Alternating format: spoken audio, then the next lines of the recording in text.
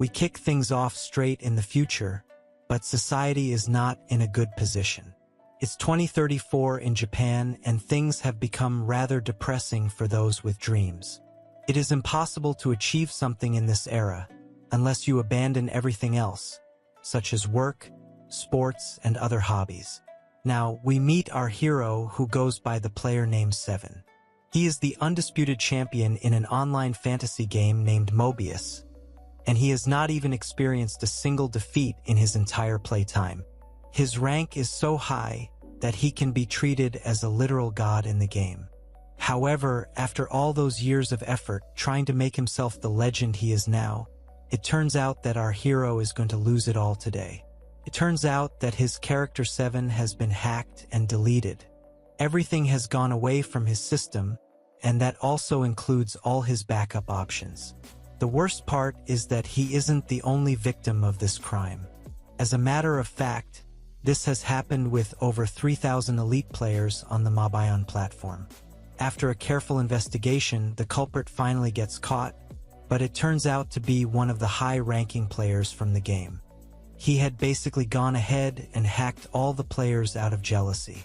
Our hero realizes that 7 could have been one of the reasons behind the culprit's actions. But it turns out that the real villain is Mobius. They are unable to restore any of the characters that were deleted, and all they can offer are some silly discounts while creating new characters. This is the worst possible thing that can happen to the affected players, so our hero angrily lashes out at his own stuff. He tells us that the victims even tried to raid the Mabayon office, but none of that led to anything useful. He feels hopeless now that he can never get his position back again, but at the same time, he doesn't want to waste away in his current mood. However, his solution to the situation isn't what most people would expect. He actually takes his own existence because he doesn't see the point of carrying on like this. However, he doesn't pass on to the afterlife as such.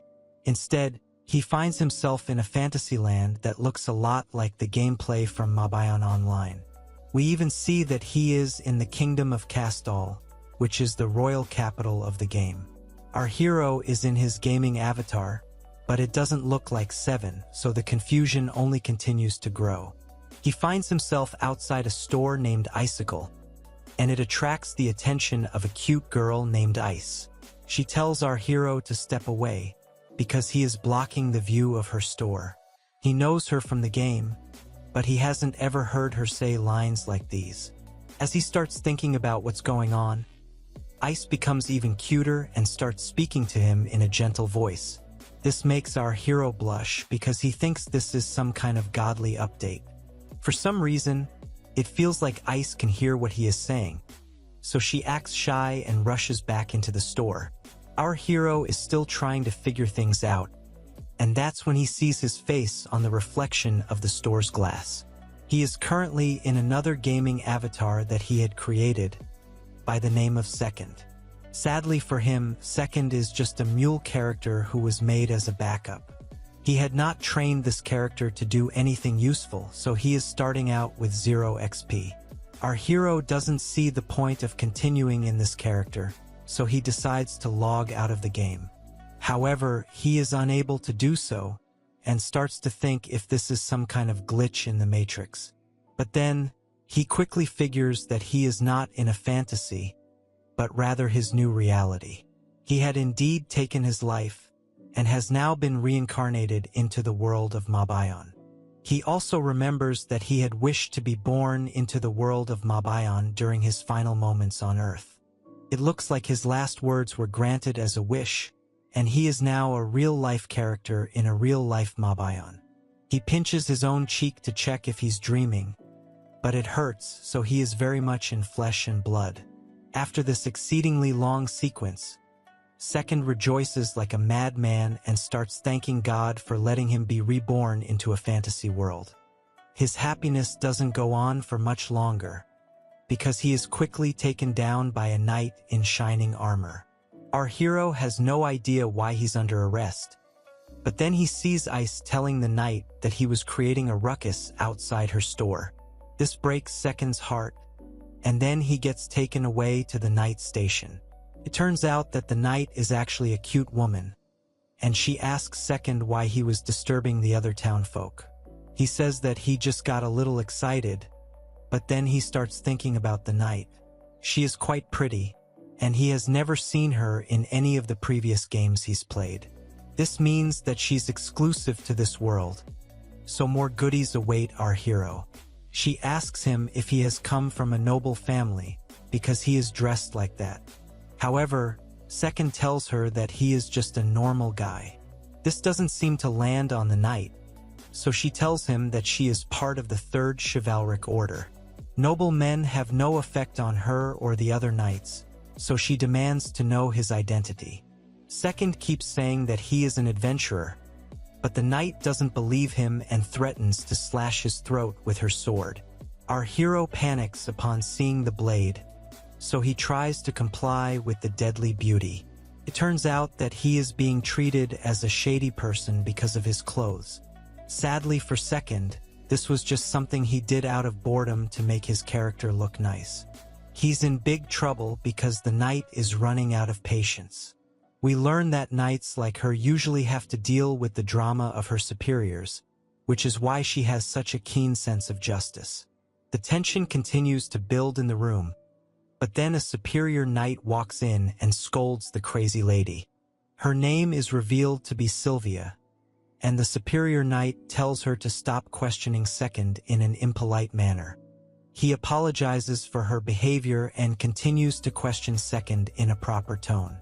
Our hero introduces himself as Second, who is 17 years old, but reveals to us that his real name is Satu and he is 28 years old. The superior knight asks Second why he was dancing around and making weird noises, because his methods were causing an issue to the icicle store. Satu feels like a fool for doing what he did, but maintains that he had only zoned out and had no idea about his behavior. The superior knight finds it hard to believe, but Second convinces him that his intentions were in the right place. Having said that, our hero is let off the hook, but only after he pays the damages to the icicle store owner. Luckily, he doesn't have to pay much, so he wonders how this society functions. As a matter of fact, he has over 2 billion in the local currency, and his armor is also worth around 300,000. However, he doesn't know if this amount of money is good enough in this world. It definitely feels different from the Mabayan he's used to, but before he can figure anything else, Second's belly rumbles, so he figures he should eat a meal first. He ends up inside an inn, and heads inside to ask how much it costs for a night. The receptionist is also a cute girl, and she acts shady after hearing these words. It's actually quite similar to how Ice had reacted to Second, so he begins to suspect something about the girls in this place. Anyway, the girl gives him the price per night, and he is shocked to learn how cheap it is. After realizing that his armor is indeed very expensive, Seven decides to book 5 nights at the inn for now. The reception girl shyly agrees to give him the keys, and they share a moment during this. Seven gets a mushy feeling as he does this, and he wonders what it might be. The girl is also blushing to no end, but our hero doesn't quite get it. Later, as he sits at the bar, Seven figures that it's his clothes all along. Since they're so expensive, the people of the bar start gazing at him, especially the women, because they like fancy men who can buy them fancy things. The common folk continue to look at Second with jealousy and passion, so he soaks in the attention and sits proudly as if he's just won a war. He explains to us that it wouldn't matter if he himself was handsome, but as long as his clothes look noble, everyone is going to enjoy his presence. Suddenly, he starts thinking about his past and all the people who doubted him for his passions. He was told to go to school and be a hard worker because playing video games was a waste of time to them. These people never even cared for what interested him, and they only wanted to be a part of the rat race. However, now that he is living the dream life, being eyed by pretty girls and insecure men, our hero is glad that he never backed away from his passion. He starts thinking about how his knowledge of this world is going to help him in every single way, because he knows the dirtiest of secrets of the kingdom. All of these thoughts and emotions start to build inside his head, and it eventually causes him to lose control of his calmness. That's when Second starts laughing like a madman, because he feels like he has won the game of life. Nobody reacts to his behavior, so it doesn't look like he's going to get arrested again. With this new epiphany, he sets a new goal for himself. Second is going to become the #1 player in this world, just like he did when he was 7. The scene fades out after this, and we're taken to the next morning where Second wakes up with a bad hangover. He remembers what happened last night and says that he went over the top with his booze. He also laments that he can't really last long with alcohol, so he should take care to avoid hangovers like the one he has right now. After all, this is no longer a game, but rather his life now. He has to now think about the path needed to become the #1 player in Mabayan, and to kick things off, he needs to acquire necessary skills. These skills are many and wide, so it is out of the question for our hero to ignore them. Now, he explains the rules of Mabayan to us, and starts with the need to gain experience points.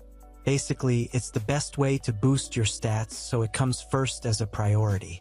In order to get this done, you will need to either defeat monsters or complete quests. It's actually a complex method because certain skills have certain ranks, and the highest rank is the title skill. There is way too much on Second's mind, so his tummy growls to remind him he's human. There's also a special way to grow these skills, but food comes first, so our hero drops by the bar to ask the cute reception girl for curry and rice.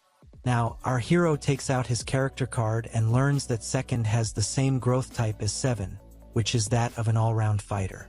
It's good in terms of growth because there's no odd distribution, but the problem is that he can only become a jack of all trades and master of none. Either way, he managed to become the #1 player using the same method as 7, so this should not be any different. As Second continues to examine his journey to the top, he is served with curry and rice by the reception girl. Second tells us that the first few stages of his growth will be the most intense of them all, and this is why he will have to rely on a special kind of method. We see a potion specialty store, where Second is doing a round of shopping. He asks for a whole variety of special potions and wants the max number of bottles for them. This comes as a shock to the shop owner, and he warns Second that he might run out of money. Our hero still asks him for the number, and the shop owner says that he has over 600 bottles. Despite the astonishing amount, Second simply smiles and asks for all of them, which sends the store owner and his assistant into a tizzy. Once again, he tells Second that the potions are of a super high quality because of their abilities. The total for 630 bottles comes to over 75 million of the local currency, but that's no issue for the billionaire player. He buys all of the bottles with cash and crams them into his inventory. To add further shock, he asks the shop owner to stock up soon, because he needs at least another 9,000 bottles of the same potion. Of course, this is a rather strange purchase, so Second decides to explain why he's buying so many of these potions. He says that it's called the DK tactic in Mabayan, and it's basically a cheat code for gaining experience points. This method actually existed in an older game known as Dinosaur Quest, where you could throw fixed damage items at premium level enemies to defeat them. Second gives us another lesson by saying these potions can help with recovery, dispelling, and detoxification as well. So, these potions can also be used against undead opponents like zombies.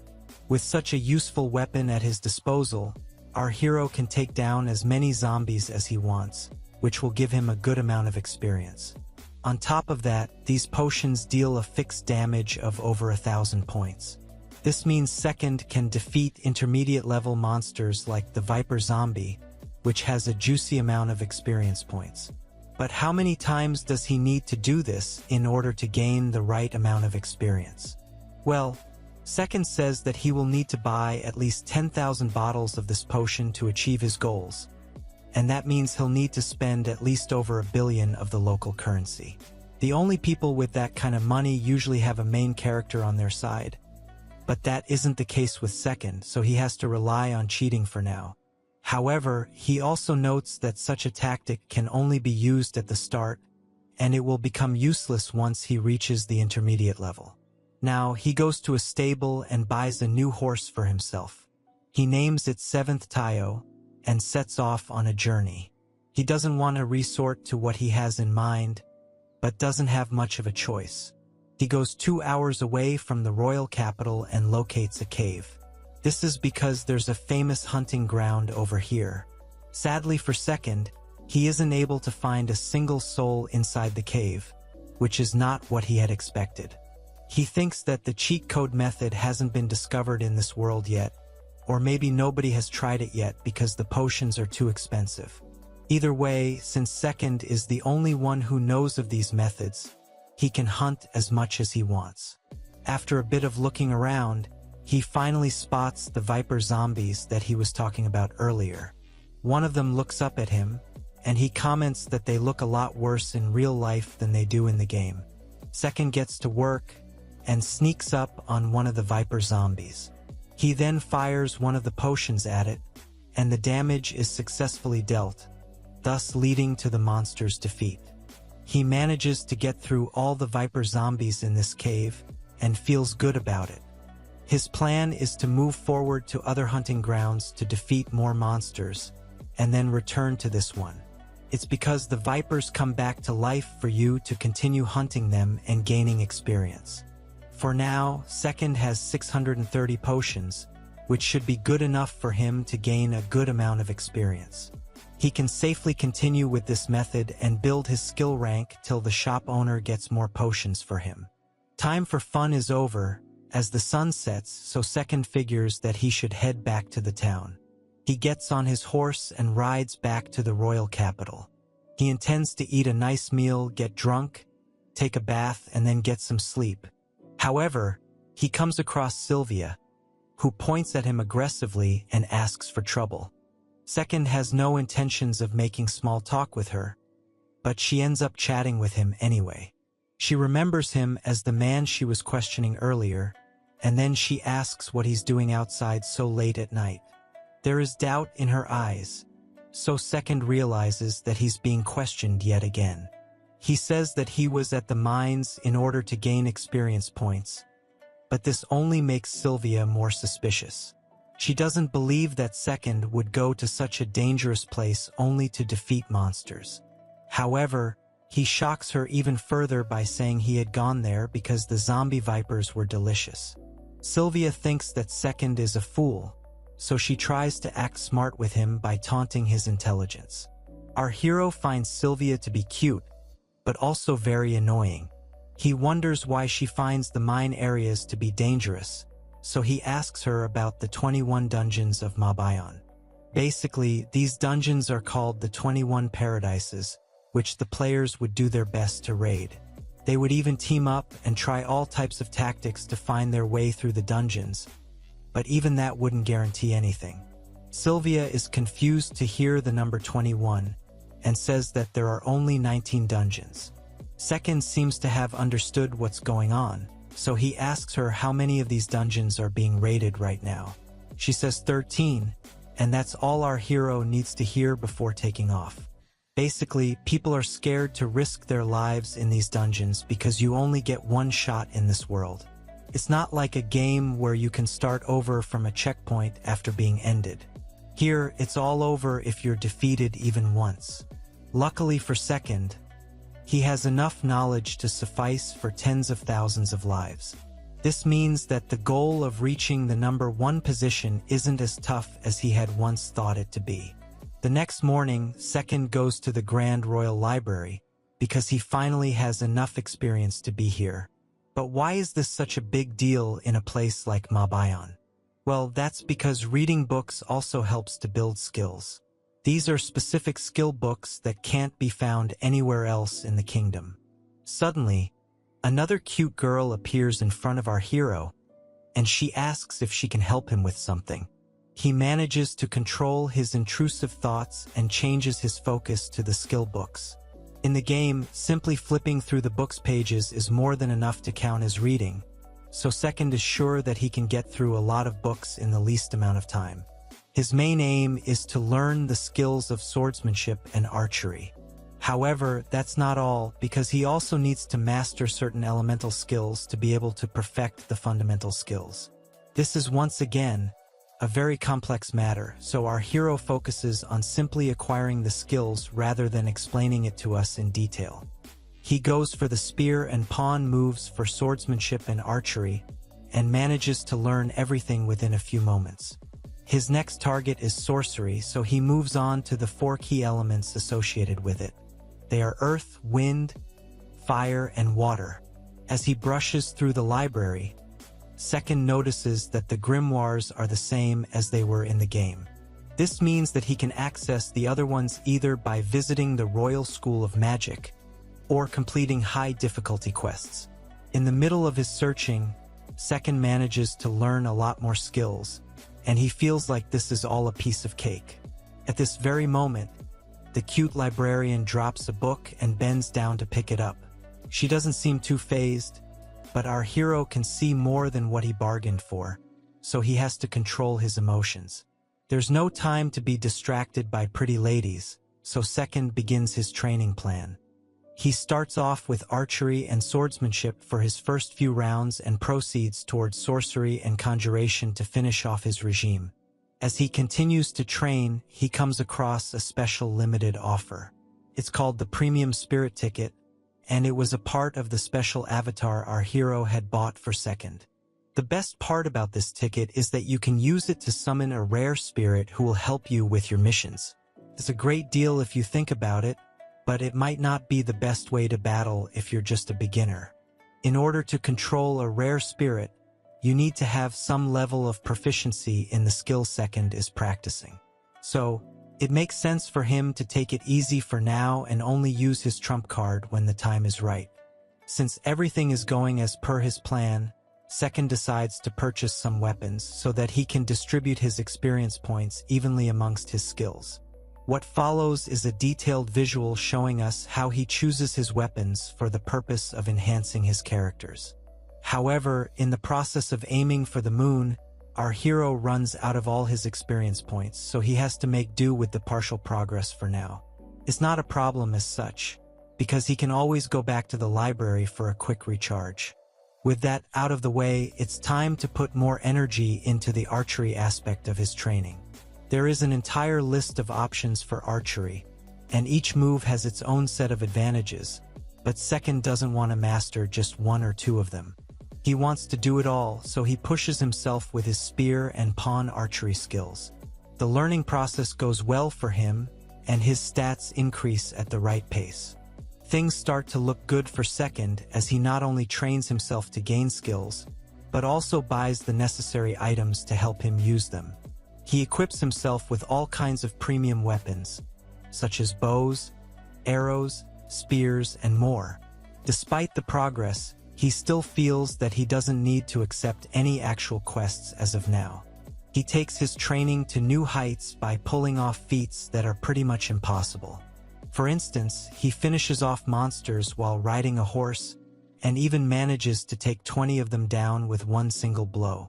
The success he achieves starts to look even more impressive as he pulls everything off while also maintaining a very close watch on factors such as distance and timing. Everything has gone well for him till now, but the main challenge is yet to come. Second finally feels that he's reached the stage to pursue castle archery, which is the toughest one of them all. It requires an amplified strike skill, which means that the impact of a single strike can be as effective as a 600% amplification. However, in order to acquire this skill, he has to go through the most tedious tasks of them all. This involves tasks such as ending 1,000 monsters or landing 500 critical hits. Our hero is confident that he can pull them off, but what bothers him is the toughest one of them all. Here, he has to end 3 monsters in a row that have attacked and drained at least 50% of another player's HP. Also, he has to do this while standing at least 5 meters away, and he has to use a very specific combo move. The very thought of pulling it off gives Second anxiety even while he eats his lunch. The worst part is that if he messes this up even once, then he has to repeat the whole process all over again. The stakes are high, and this is not a game where our hero can ask other players to allow their HP to be drained to 50% in order for him to complete his tasks. Since this is the real world, it is a risk to your life if you were to allow that much HP to be drained from your body. It's a difficult choice for Second, but he does want to achieve the castle archery skill because it will help him a lot during his main mission. After giving the whole thing a lot of thought, he decides to go ahead with the challenge. At the end of the day, he has to wait for an opportunity to pull off the task, but it actually happens to him sooner rather than later, and that too in the most unexpected fashion. A week has now passed since Second has been reincarnated into this fantasy world. He has used his cheat codes to achieve the impossible and raise his skills. Now it's time to go for his sword skills.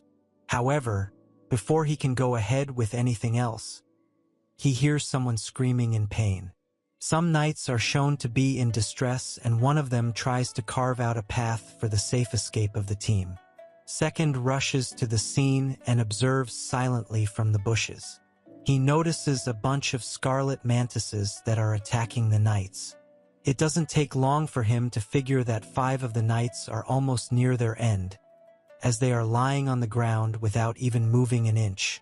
The other 5 knights have taken out their swords and are entering a circular formation, which means that they will also be tormented and ended by the insect monsters. This is something that our hero has never seen before, even in the Mob Ion game, so the situation is quite dire. A lot of thoughts are floating in Second's head, because this is his big chance. He can actually defeat these monsters and gain the castle archery that he so badly needs. However, he isn't sure if the knights in question are at 50% HP, so he doesn't want to take the risk. The problem with this approach, though, is that the knights on the ground are not player avatars, but real people. It feels wrong to let them suffer just for the sake of a few stats, and it makes Second feel guilty about even thinking this way. These people are just like him, but the difference here is that they might actually lose it all.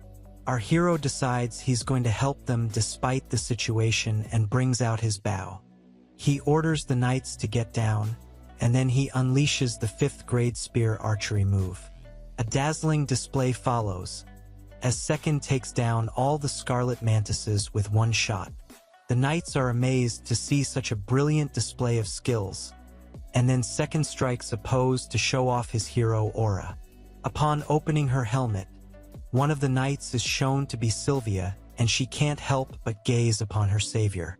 He just pulled off something very heroic without worrying for his own life. It makes her go against her first opinion of Second, because she believed he was a spoilt brat who had no idea how tough the real world was. However, here he is with a move that finished off 6 scarlet mantises with the power of archery. It makes her wonder how much training Second had to go through to be able to pull off such a feat. Seeing our hero in this form takes Sylvia back to her past, which was a difficult one. She had to prove herself as a worthy fighter time and again, but was still made fun of for being weaker. Even after landing a job as a knight, she was put into the lowest of ranks and was treated in a lax manner. Her thought process actually becomes very deep and philosophical, because she's always wanted to prove her strength to her peers. She goes back home after being rescued and starts thinking about the inequality of power in the kingdom.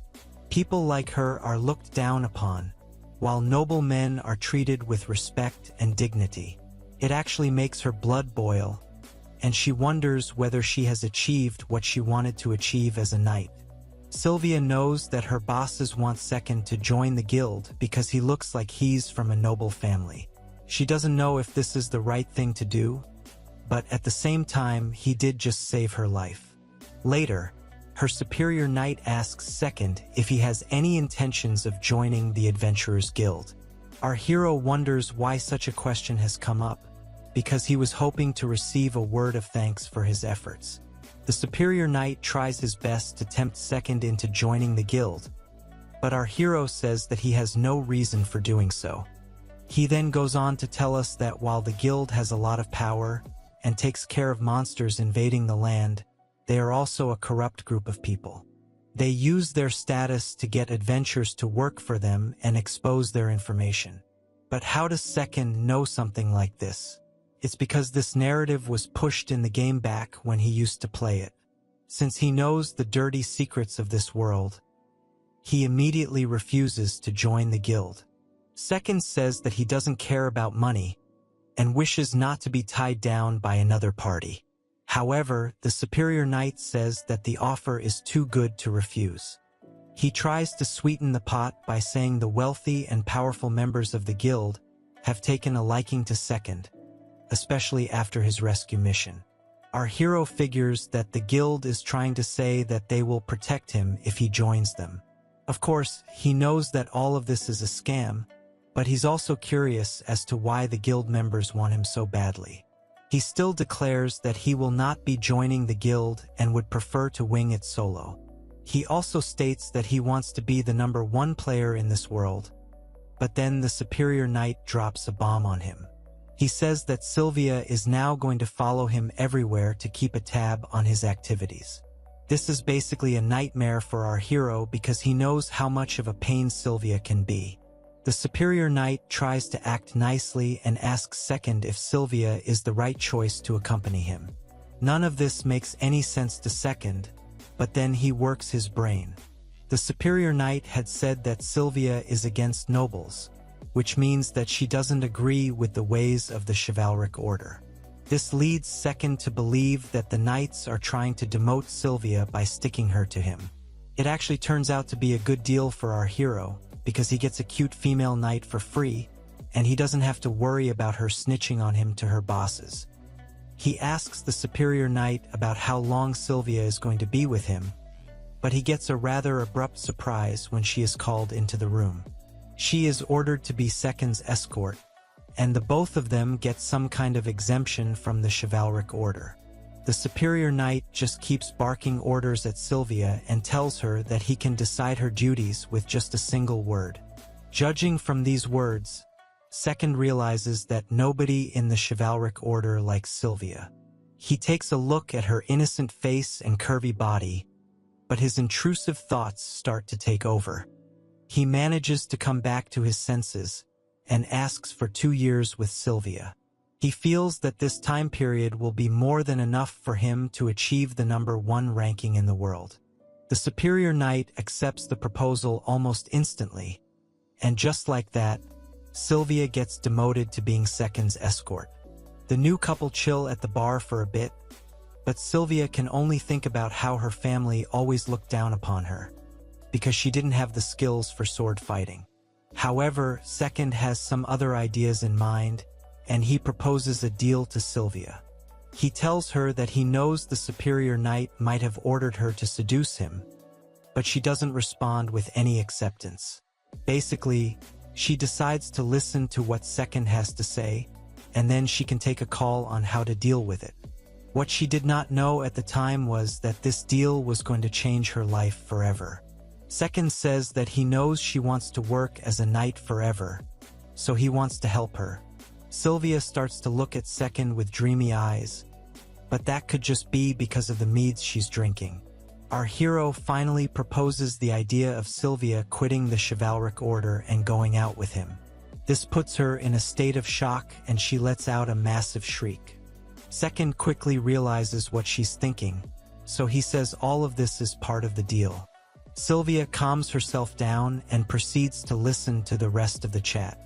Second says that he can help her get to where she wants, as long as she does what he asks her to do.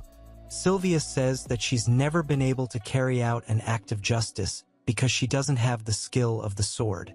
Second awkwardly tells her that she should try something else like a spear or a bow if that's the case. This obviously makes her angry, and she lashes out at Second, but then she realizes that he's speaking with logic, and she's the one being stubborn. Sylvia reveals how she thinks of herself as a failure of a knight because of her lack of skills. As a matter of fact, the scene becomes so emotional that tears start pouring out of her eyes. Second simply tells her not to think about it like that. After all, what matters is the implementation of justice, and not the weapon which is being used for it. His words have the right effect on Sylvia because she starts to see sense in his philosophy, especially after remembering the brilliant display he put up while fighting the mantis monsters. She immediately says that she will go out with him, and Second is glad to hear this. Now, our hero decides to tell Sylvia about his dream, and goes on to talk about his ambition to become the world's #1 player. Of course, Sylvia doesn't understand what he's saying and even finds it silly. However, she still looks at her new master with dreamy eyes, because he has a strong passion for his goals. Seeing the determination in his speech makes Sylvia want to do the same thing, so she wishes to help Second in whatever way she can. This is her chance to paint a brighter future, but our hero seems to have shady intentions. He sits by his bed and starts laughing like a maniac again, because his plan seems to be going perfectly well. He believes that he had planned the whole thing, right from getting Sylvia drunk to having her fall for him over his fancy words. Of course, the booze had a huge role to play in this, but none of that matters for now. The cute reception girl can hear the madman laughter from her desk, but Second doesn't care and goes on to think about how he's going to use Sylvia. She has become his comrade now, and that too after leaving the chivalric order, so it's a big deal for him. However, he needs to figure where her true skills lie, since it's not in swordsmanship. Sylvia should have some sort of abilities for archery or sorcery, but she can also have production abilities, which isn't of much use to Second as of now. Our hero's ego keeps getting bigger as he wonders how so many things fell into place today. However, he expects himself to win because of his past experience in the game, so it was just a lucky case of coincidences. The highlight, though, is that he has finally learned the castle archery skill, which has been on his head for so long. It's been a tiring day for him, so he lays down in bed and starts thinking about Sylvia's training. He too needs to gain more experience points, so he figures out how to sort that as well. Second keeps laughing like an evil villain in the middle of these thoughts, and the noise reaches downstairs again, where the reception girl wonders if he's lost his mind. The next day, Second tells Sylvia that she should try her hand at magic archery, and it surprises her. Of course, our hero just wants a comrade who's skilled in sorcery and archery, but he doesn't let her know that. The main reason behind this is that he has studied her stats and can see that her points are good enough for her to become a magic archer. Sylvia is unsure about this because she has never heard of a magic archer before. Second is shocked to hear this because magic archers were all over the place in the Mabayon game. If Sylvia doesn't even know what it is, then he has his task cut out for him. Anyway, he tells her that such a person does exist, and she is going to train for it. He suggests going to the library to gain the necessary skills via reading. After that, Second says that he is going to go to the forest to train against monsters and Sylvia is going to join him. She doesn't seem to follow what he's saying and looks confused. Second realizes he's going to be teaching Sylvia as if she's a newbie, but he's up to the challenge. His words seem to make Sylvia blush, and seeing this makes Second feel a bit mushy inside as well. Later, our hero tells Sylvia about all the secrets of the most powerful skills in archery and sorcery. This makes her even more shocked, because such intel was only shared amongst the most powerful nobles of her time. Second tells her not to think too much about it, but secretly thinks that the reason this world is different from the game is because the nobles have kept all this information secret from the common folk. It also explains why the general combat levels are so low in the kingdom. Sylvia starts to panic because if she were to use such skills in public, she would get exposed and eventually get tortured for it. She makes a cute, panicked face, but Second simply tells her not to use her new skills in front of other people. It is possible to do something like this, so Sylvia plays along for now. The training begins and Sylvia manages to pick up a wide range of skills without any issues, just like Second did. The only problem, though, is that she makes a big deal out of all the abilities she learns. She thinks that she's got a lifetime's worth of surprises today, but Second tells her that the day isn't over just yet. He transfers one of his expensive potions to her, and it shocks Sylvia even further. She's worried that Second wants her to put the potion where no man has ever gone before, so our hero reassures her that his intentions are not so obscene. He says that he's going to help Sylvia learn the cheat code tactic, but she has no idea about what it entails. Some bats can be seen hiding in the shadows, and then Second asks Sylvia if she would like to learn castle archery as well. She would love to increase her skills, but isn't sure of the process behind it. That's all our hero needs to know, and he decides to go to a dungeon named Royce. The thing about Royce is that it's a second rank dungeon, which means it's for intermediate level players. First rank would obviously be the highest, but our hero wants to take things slowly. Sylvia wants to know why she's being taken to an advanced level dungeon, so Second explains the rewards for conquering it. The boss of this dungeon is a beast known as the Flame Wolf, which drops a weapon known as the Flame Wolf Bow. This bow is larger than most other bows, and also has flame powers, which means that Second wants it at any cost. More than that, the aim is to help Sylvia learn castle archery, because the monsters in this dungeon are best suited to that goal. Basically, there are two key focus points here. The first is to grow their skills, and the other is to collect rare items. Soon enough, Sylvia comes across some mini flame wolves and starts to panic. Second seems calm and composed as he tells her to use what she learned from before. Using her skills, Sylvia begins her attack and manages to take down one of the beasts with ease.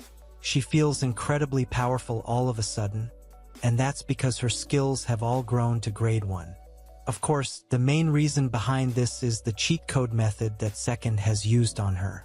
Our hero proudly tells Sylvia that he has done as he had promised, and she happily smiles at him.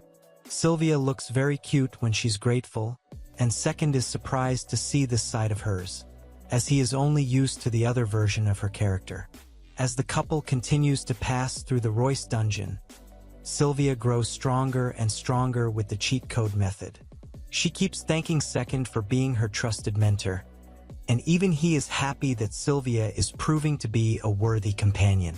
Her progress motivates her to become a magic archer, and our hero is surprised to see how fast her confidence can grow. However, all is not done just yet. They're at the last stage of the dungeon, and for Sylvia to learn castle archery, she will need to fulfill the same requirements that Second had done when he rescued her and her team. Suddenly, the duo comes across a boss-level monster, and Second prepares his aid for them. It turns out to be a flaming troll, who is the perfect target monster for Sylvia to learn castle archery. These beasts are extremely powerful, but they do have a weak spot, and it's their shiny cranium. There are a lot of flaming trolls in front of the couple, so Sylvia takes cover behind one of the pillars. At the same time, our hero thinks that it's the perfect time for him to make his apprentice a certified castle archer. He tells Sylvia that she should only fire at the monster's shiny head when he gives her the signal, but she wants to know what he's going to do. It's quite obvious that he's going to let his HP fall to 50% so that Sylvia can nail the requirements, but he doesn't tell her that just yet. Instead, he asks Sylvia to remain calm no matter what happens in front of her.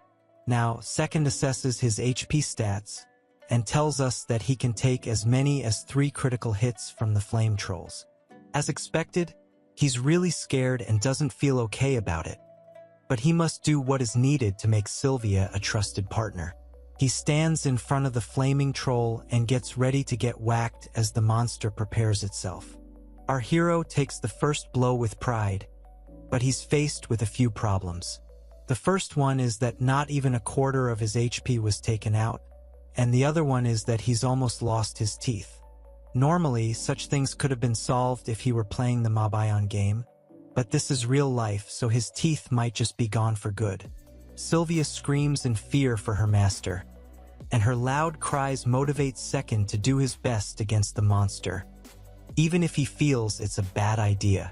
The sight of the flaming troll makes him tremble, but he does not want to give off this vibe to his assistant. After all, he's the #1 player in the world, and he can do it again if he just puts in the right effort. This thought process makes him go crazy, and he continues to chant that he is #1 multiple times, just to calm himself down. The monster obviously doesn't care for any of this, so he prepares to whack our hero again, and lands a clean hit. Second is sent crashing against the wall, and things start to look bad for him. He takes a look at his HP and can see that it has dropped to below 50%, which means he's done his job. Our hero can finally breathe a sigh of relief, so he asks Sylvia to land the finisher move. She does so with ease and takes down the flaming troll with one shot. It's a great moment for her, but the job is not yet done, because 2 more trolls need to be taken down. Second pulls through and survives the ordeal, but Sylvia doesn't like the fact that he's taking the hits for her.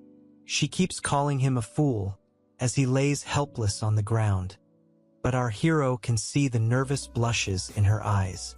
After all that hard work, Sylvia's efforts finally pay off, and she learns castle archery, which is a very big deal for any kind of knight. She becomes excited and ecstatic while also thanking Second for making this her reality. Our hero likes the sounds of her praises and can also feel good about helping her earlier, even though he had to endure a world of pain. Second is very sure that he is going to have just as much fun in this world using a spare character as he did when he was using 7. All of this is because of Sylvia. Now that all the major training is done, it's time to go for the big boss, and that's the Flame Wolf. Since its entire body is covered in flames, the beast is resistant to most forms of attack. This is why most of the players in Mabion used to call it a massive pain in the behind. Luckily for our heroes, Second knows how to deal with this monster, so he tells Sylvia that they'll have to stun lock it. She tries to play along with what he's saying, but she has no idea what he means. Basically, this is a method that reduces the Flame Wolf to a little puppy by constantly attacking and repelling it from both ends. Sylvia is also supposed to be a part of this equation, so Second teaches her the strategy. The name for this tactic is the Ultimate Gold Bishop Stun, which is something Second finds really cool. Sylvia can't get why he's being so animated, but she agrees to do as he says because it's a safe option. It doesn't take long for our heroes to come out on top and defeat the Flame Wolf with ease. All of this is great, especially with Sylvia learning castle archery, but Second still wants the Flame Wolf bow, so the two of them will still need to put in a lot of work. 3 weeks pass by like this, but after taking down a few dozen Flame Wolves, our hero finally gets what he wanted. The Flame Wolf bow drops after one of the battles, and Sylvia rejoices because her master has achieved his goal. However, to her surprise, she learns that he never intended to use this bow in the first place. As a matter of fact, he just went through all of this trouble so that Sylvia could get the bow. She has no idea what's going on, so Second states that he is going to shift to sorcery, so it doesn't make sense for him to use the bow. Since Sylvia is going to become a magic archer, she should be the one using the bow. Sylvia feels grateful to her master and says thank you, but she doesn't realize that he hasn't figured out her crush. After a little awkward chatting, the couple decides to leave the dungeon and move on to their next mission. Second says that he wants to use Sylvia's connections to the Royal Academy of Magic. This is because she was born into the Virginia family, which is known for having connections. She doesn't say anything as such, but we learn that Second wants to get his hands on a grimoire which can only be found in the Royal Academy of Magic. Since the academy doesn't allow anyone inside, other than students and teachers, it would be easier to go through a connection. After all, there's no telling how long it would take for Second to get enrolled into such a strict school. Sylvia tells Second that she would love to help him, but is in no position to do so. This is because of her father, who has pretty much disowned her due to her initial lack of skills. She even goes on an emotional journey recalling how her father would never respect her, but our hero isn't interested in the drama at all.